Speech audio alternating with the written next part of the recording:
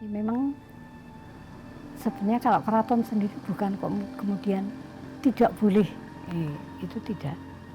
Bahkan ini dibuka kan, dibuka untuk diregenerasikan kepada generasi yang baru.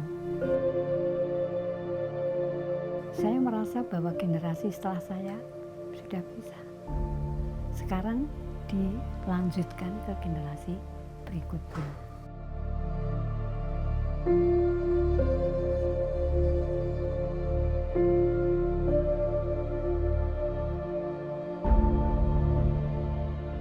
Memang Bedoyo Semang ini untuk orang yang menggeluti dunia tari klasik itu memang sebuah sebuah goal yang luar biasa ketika ada kesempatan untuk bisa membawakan iya.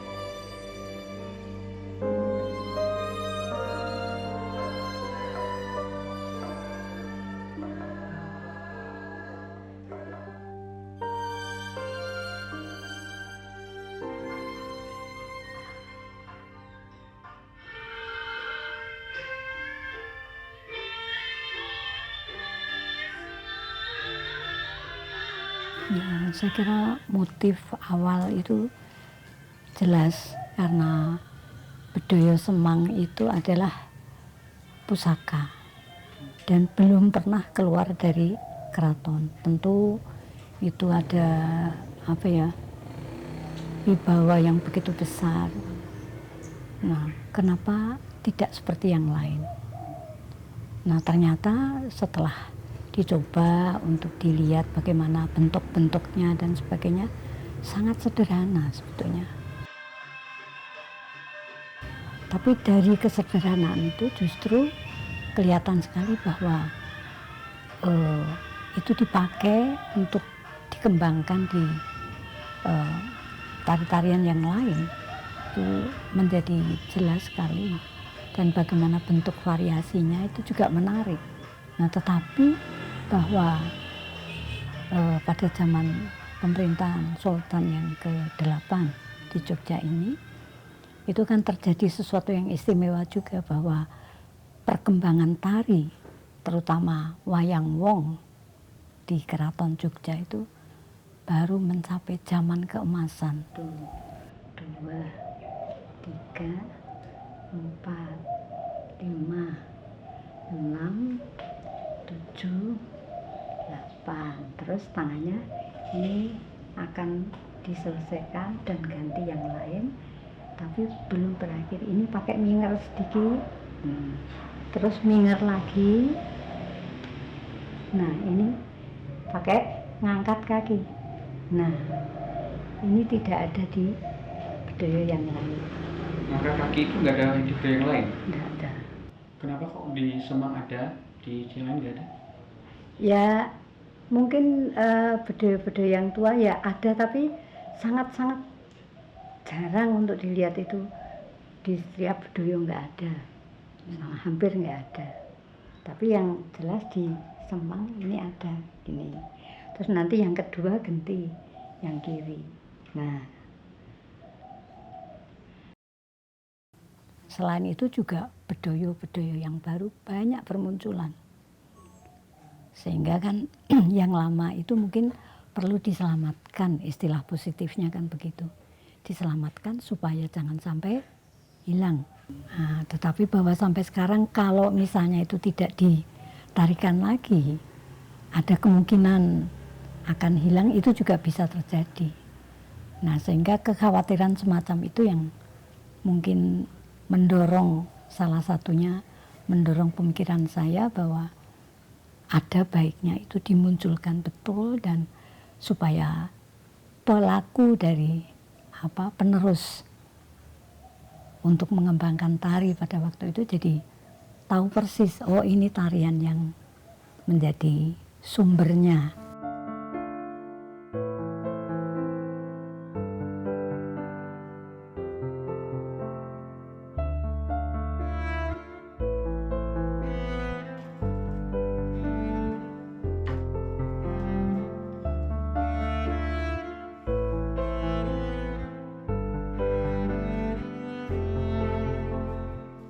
Saya kira karena yang berbentuk manuskrip, kemudian Bapak mencoba ingin tahu, ternyata kok notasinya bagus sekali, perjalanan dramatiknya juga begitu menarik.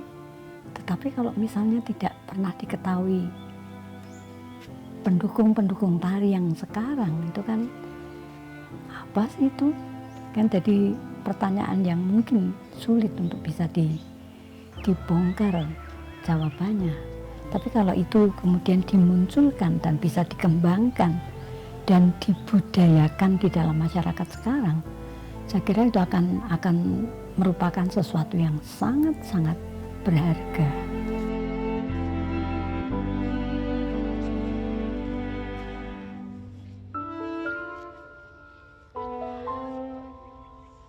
Sultan juga sangat bijaksana bahwa ingin melestarikan sendiri, dan mestinya penari-penari kita juga perlu untuk memahami hal semacam itu. Nah, jadi mulai menginjak milenium yang baru itu, akhirnya coba untuk mempelajari itu bersama-sama dan sama-sama saling mendukung juga. Sultan apalagi juga begitu. Nah, akhirnya jadilah wujud dari tarian itu dengan baik dan sangat diterima oleh masyarakat keraton.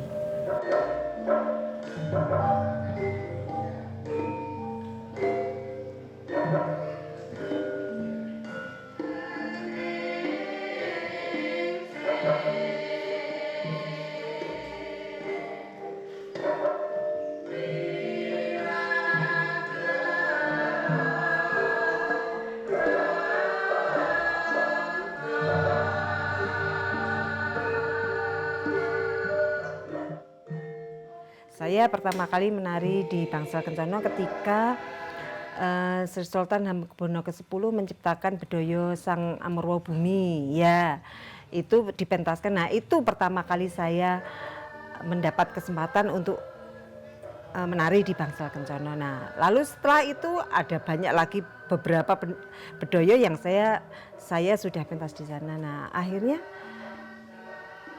sebagai penari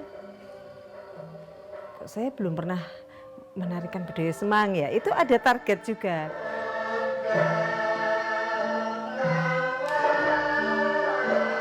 Nah, tapi memang kok menari, melihat pun saya belum pernah.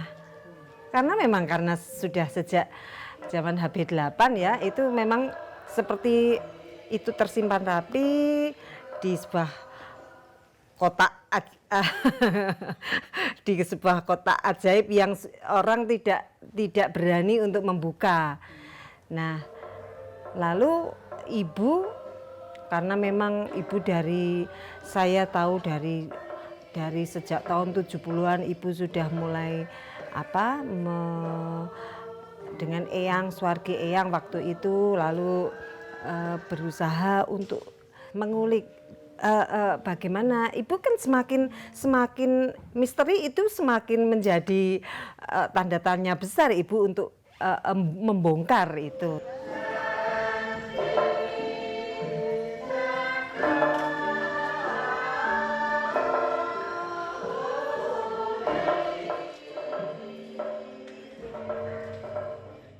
Ketika awal Bedhaya Semanggi ini untuk direaktualisasikan, itu kan harus mempraktekkan apa yang ada di dalam naskah itu. Nah, itu pelan-pelan dari guru sepuh itu membedah ke guru yang seangkatan ibu. Ya, seangkatan ibu. Nah, dibedah artinya menerjemahkan apa yang di dalam naskah itu dicari. Lalu diterjemahkan lagi di dalam gerak. Nah, itu oleh guru-guru muda ini. Jadi kami yang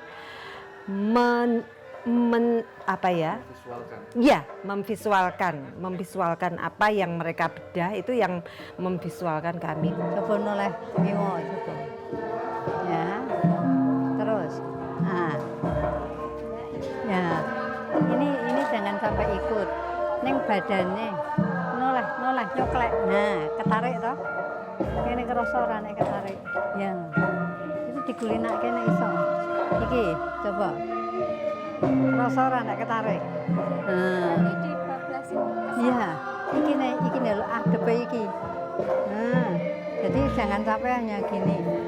Dia ngelirik. Kalau ngelirik enggak berefek. Terus ini ditumpangke. Tapi jangan tegang. Terus ini. Nah. Ya, saya kira untuk mengangkat itu atau untuk menyapa katakanlah itu juga memang bukan hal yang mudah. Memang saya tertarik itu karena memang belum banyak orang tahu. Hanya tahu bahwa dulu ada loh Bedhaya Semang itu. Itu kan pusaka dari zaman Sultan Agung. Nah, yang kemudian ditinggalkan untuk dilestarikan di Kesultanan Yogyakarta.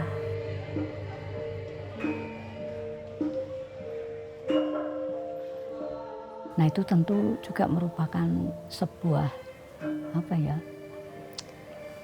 sebuah alat penyebaran yang istimewa sekali, karena dari zaman Mataram sekarang masih hidup itu kan mungkin juga sesuatu yang sangat, ya saya mengatakan itu sangat istimewa di dalam kehidupan ini. Nah, karena masih ada catatan, meskipun catatan itu ya catatan notasi gending, kemudian catatan notasi tari, tapi notasinya kan juga belum tentu bisa terbaca oleh masyarakat sekarang. Ya, saya kira itu sangat menjadi persoalan juga, artinya orang yang untuk belajar menari tetapi begitu dia bisa bagus akhirnya menikah, kalau itu yang dipelajari dalam Bedhaya Semang kan tidak mungkin untuk kemudian dia mengikuti pentas dan sebagainya.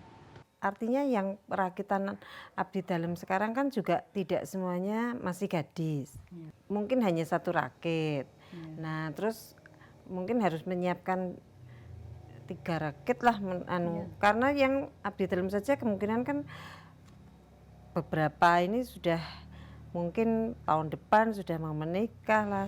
Mudah-mudahan kita bisa mendapatkan peminat-peminat semacam itu yang harapan untuk meneruskan atau katakanlah sebagai generasi penerus untuk mengembangkan tari itu.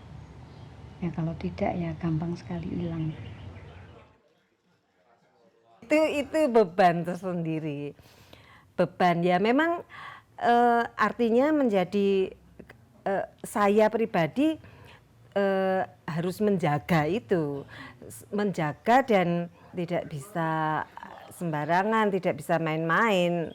Saya harus secara pribadi harus menjaga itu dan saya juga ikut mempunyai tanggung jawab untuk harus menjaga nama baik ibu dan keluarga.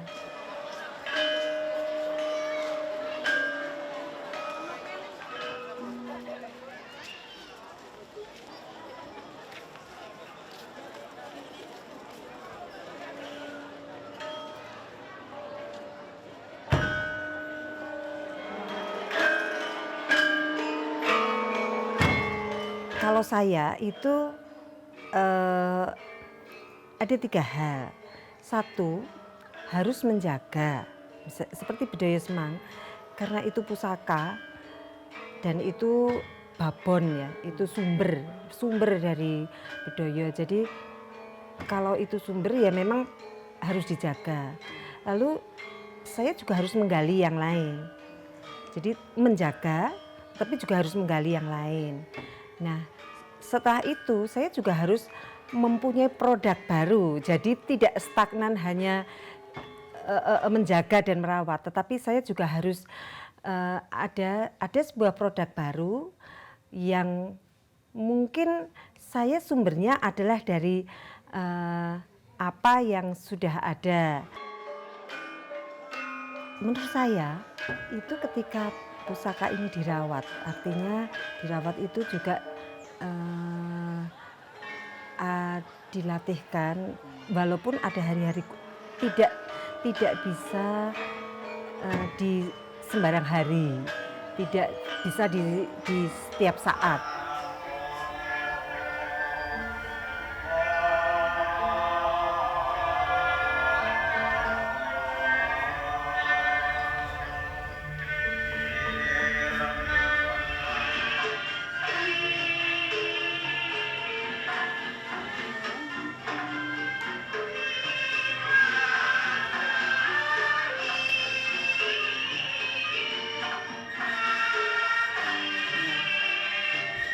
Ya, saya kira kalau menari yang sesungguhnya, ya, menari itu kan tidak hanya sekedar menggerakkan tubuh.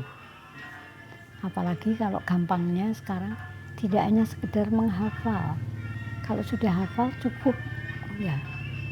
Karena wirogo, wiromo itu hanya jasmaniah saja. Tapi wiroso itu rohaniahnya. Jadi dia harus mengungkapkan gerak itu sesuai dengan dorongan hatinya. Jadi sebelum menari kan dia harus mengosongkan diri dan kemudian mengisi hati itu dengan apa yang harus diungkapkan.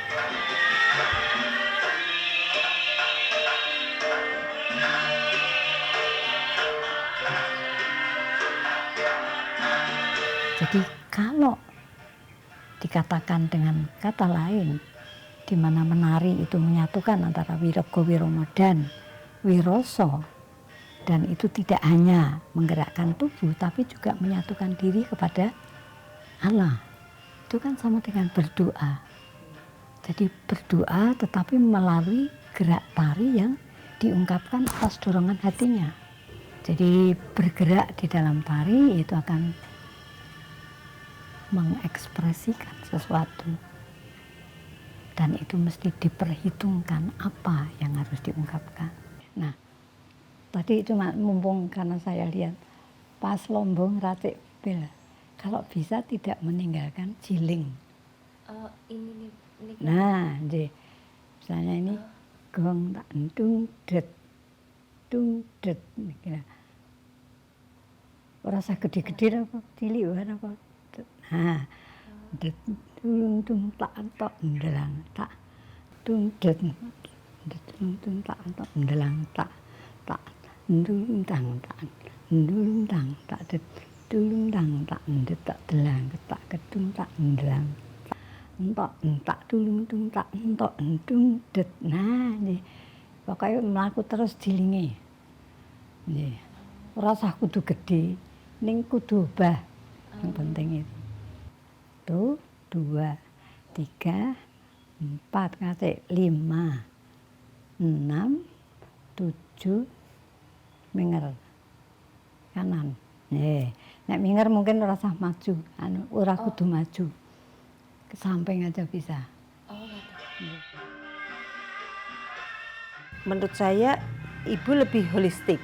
Memang belajar tari itu mau tidak mau, menurut saya itu ada sebuah nilai atau nilai plus yang orang mau tidak mau adalah terbentuk tentang unggah-ungguh.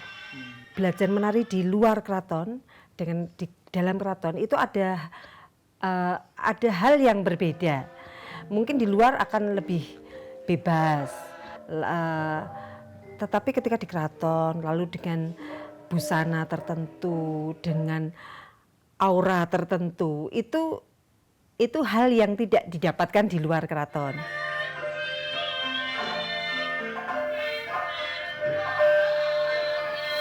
Mendak.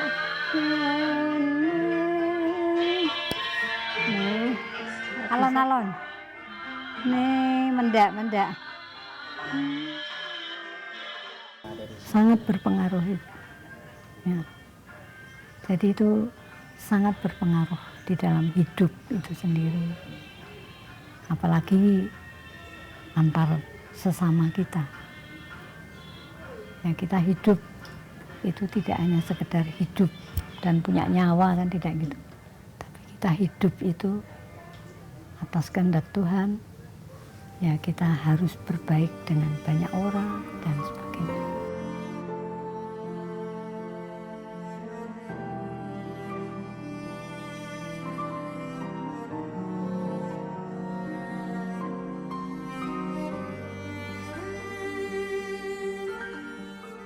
Kalau menemukan itunya itu memang lama.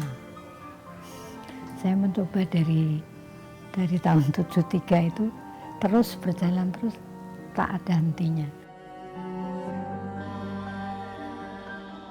Kadang orang berpijak dari tradisi, ketika sudah kenal kontemporer, lalu tradisi itu menjadi sangat kuno gitu juga, lalu akhirnya ditinggal, dia lebih bisa berekspresi dengan kontemporer, itu tidak masalah menurut saya, tapi tetap balance dengan tradisi. Jadi karena roh dari seni tradisi itu menurut saya banyak yang bisa menginspirasi untuk menjadi karya-karya baru gitu. Jadi tetap harus balance, harus seimbang.